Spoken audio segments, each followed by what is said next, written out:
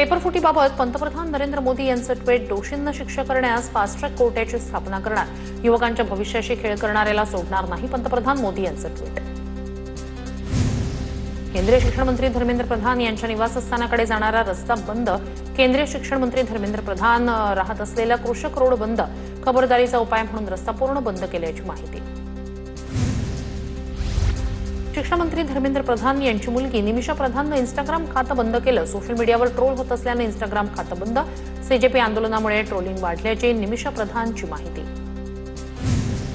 दिल्लीतील 16 मेट्रो स्थानकं आजही बंद करण्यात आली, कोणत्याही आंदोलकाला जंतर मंतरकडे येण्यापासून रोखण्यासाठी डीएमआरसीनं घेतला निर्णय, डीएमआरसीच्या निर्णयामुळे सामान्य प्रवाशांचे हाल। दिल्लीतील कॅनॉट प्लेसकडून जंतर मंतरकडे येणारा रस्ता बंद, रस्त्यावर दिल्ली पोलीस आणि आरएएफ जवान तैनात, रस्त्यावर आंदोलकांकडून घोषणाबाजी सुरू। संसदेच्या पावसाळी अधिवेशनाचा आजचा चौथा दिवस, आजही विरोधक नेट पेपरफुटीवरून आक्रमक होण्याची शक्यता, सत्ताधाऱ्यांविरोधात विरोधक आक्रमक होण्याची शक्यता, तर सत्ताधारी खासदार हे राहुल गांधींनी केलेल्या आंदोलनाविरोधात आक्रमक होण्याची शक्यता, संसदेच्या मकर गेटवर एनडीएचे सर्व खासदार आंदोलन करणार।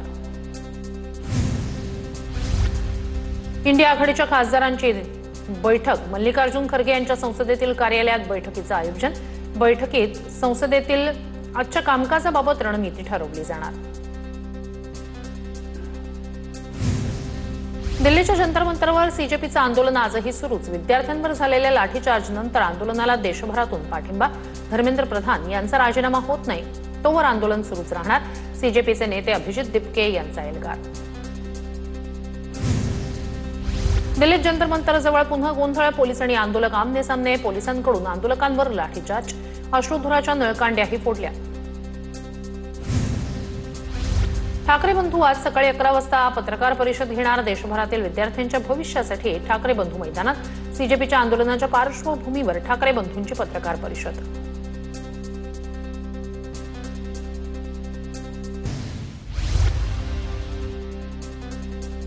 मनसे अध्यक्ष राज ठाकरे यांनी उद्या सर्व पदाधिकारी आणि नेत्यांची बैठक बोलावली, शिवतीर्थ निवासस्थानी बैठकीचं आयोजन, 26 तारखेच्या ठाकरे बंधूंच्या महामोर्चा संदर्भात बैठक, महामोर्चा आधी राज ठाकरे मार्गदर्शन करणार। शरद पवार मोठे नेते, मोदींची भेट घेणं स्वाभाविक, पण पवार मोदींमध्ये कशावर चर्चा झाली माहिती नाही, शरद पवार आणि मोदींच्या भेटीवर छगन भुजबळ यांची प्रतिक्रिया।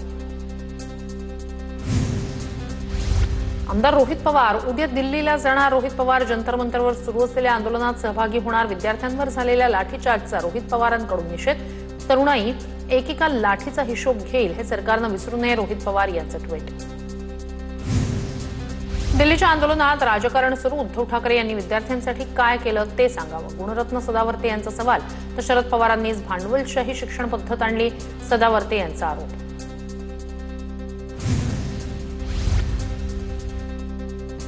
अर्धे डोक्याचे लोक विद्यार्थ्यांना आक्रमक करतात, गुणरत्न सदावर्ते यांचं वक्तव्य, विद्यार्थ्यांना आक्रमक करून काहीतरी घटित करण्याचा काहींचा प्रयत्न, गुणरत्न सदावर्ते यांची मनोज जरांगेंवर जोरदार टीका।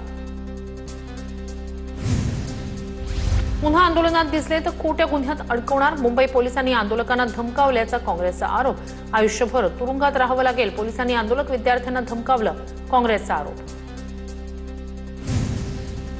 मुंबईतील सीजेपी आंदोलन प्रकरणी आतापर्यंत 13 गुन्हे दाखल, 18 तारखेपासून मुंबईतील विविध ठिकाणी आंदोलनं सुरू। मुंबईत पोलिसांनी ताब्यात घेतलेल्या विद्यार्थी आंदोलकांना बँकमधून घेऊन जाताना नाट्यमय घडामोड, बाहेरील आंदोलकांनी पोलीस व्हॅनचा दरवाजा उघडल्यानं सर्व आंदोलक क्षणार्धात पसार, मुंबईच्या चेंबूरमध्ये सीजेपी आंदोलनादरम्यान घडला प्रकार।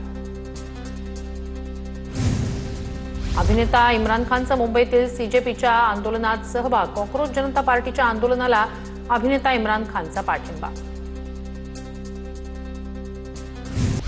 नागपूरमधील संविधान चौकात रात्रभरापासून पोलिसांचा बंदोबस्त, विद्यार्थी आंदोलनाच्या पार्श्वभूमीवर दंगल नियंत्रण पथक ठाण मांडून आंदोलकांना ताब्यात घेतल्यापासून पोलिसांकडून खबरदारी। बारामतीत अजित पवार यांच्या पूर्णाकृती पुतळ्याचं अनावरण, उपमुख्यमंत्री सुनेत्रा पवार यांनी केलं पूर्णाकृती पुतळ्याचं अनावरण, मोठ्या संख्येनं अजित पवारांचे कार्यकर्ते आणि चाहते उपस्थित। उपमुख्यमंत्री सुनेत्रा पवारांकडून बारामती शहर आणि तालुक्यातील विविध विकास कामांची पाहणी, कामांचा दर्जा आणि प्रगतीचा आढावा घेत वेळेत कामं पूर्ण करण्याच्या सूचना. वाढदिवस साजरा न करण्याचा उद्धव ठाकरे यांचा निर्णय. विद्यार्थ्यांवर झालेल्या लाठीचार्जनंतर देशभरात संतापाची लाट उसळली आहे. लोकभावनांचा आदर करत वाढदिवस न साजरा करण्याचा उद्धव ठाकरेंचा निर्णय. मंत्री करणं किंवा न करणं शिंदेंच्या हातात, दीपक केसरकर यांचं वक्तव्य. तर फडणवीसांचं माझ्यावर प्रेम, पण मी पक्ष बदलू शकत नाही. मंत्रिपदाच्या प्रश्नावर दीपक केसरकर यांचं उत्तर. पुण्यातील घाट परिसराला आज पावसाचा रेड अलर्ट जारी. तर पालघर, रायगड, रत्नागिरी, नाशिकमधील घाट परिसर आणि साताऱ्यातील घाट परिसरातला ऑरेंज अलर्ट जारी. हवामान खात्याकडून मुसळधार पावसाचा अंदाज. ट्रॅकवर पाणी आल्यानं पश्चिम रेल्वेवर लांब पल्ल्याच्या 10 गाड्या रद्द. खोलवड उंबरगाव दरम्यान रेल्वे ट्रॅकवर मोठ्या प्रमाणावर पाणी. गुजरात आणि मुंबई दरम्यान लांब पल्ल्याच्या गाड्यांवर परिणाम.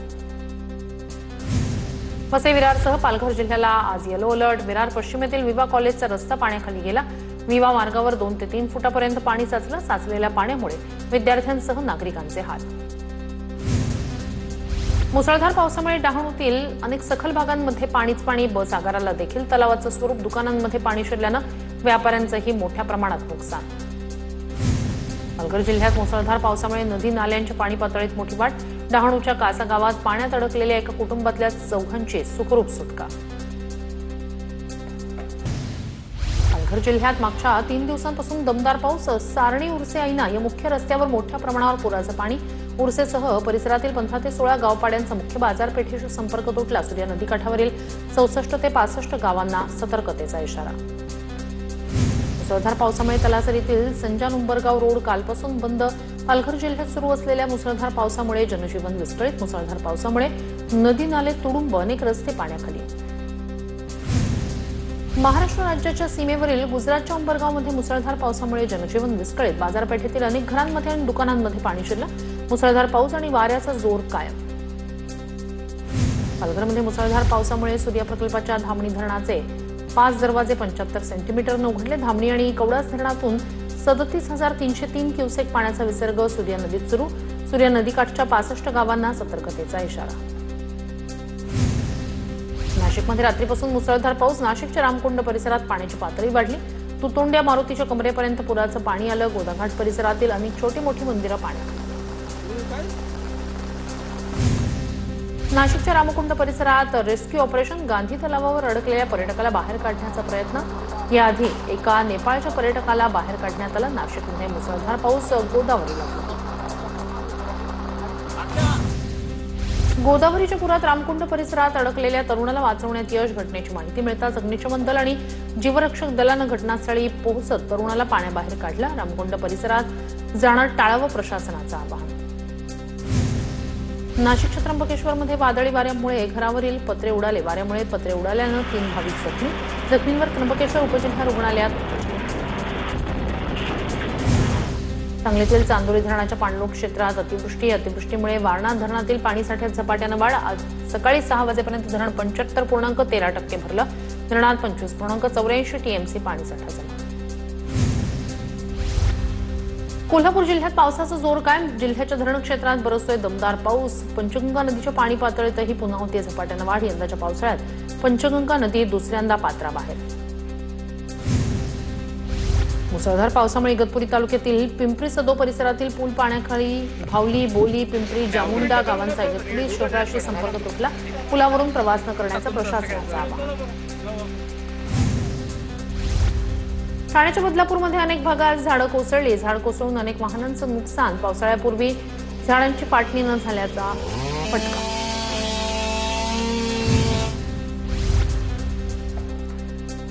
आषाढी एकादशी अवघ्या एका दिवसावर आली असताना विठ्ठल रुक्मिणी मंदिरात दर्शनासाठी 13 तास लागत असल्याचं समोर.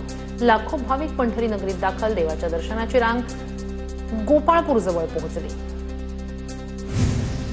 रत्नागिरीच्या खेडमधील जगबुडी नदीवरील कंटेनरच्या अपघाताचा सीसीटीव्ही समोर. मॅगीच्या बॉक्सनं भरलेला कंटेनर पुलावरून 100 फूट खाली नदीत कोसळला. गोव्याहून मुंबईच्या दिशेनं जात होता कंटेनर. सोलापूरच्या करमाळ्यातील जातेगाव टेंभुर्णी मार्गावर अज्ञात वाहनाच्या धडकेत दुचाकीस्वाराचा मृत्यू. अपघातानंतर वाहन चालक फरार. पोलिसांकडून शोध सुरू. पिंपरीत नाल्यांवरील अनधिकृत बांधकामांवर पालिकेचा बुलडोझर.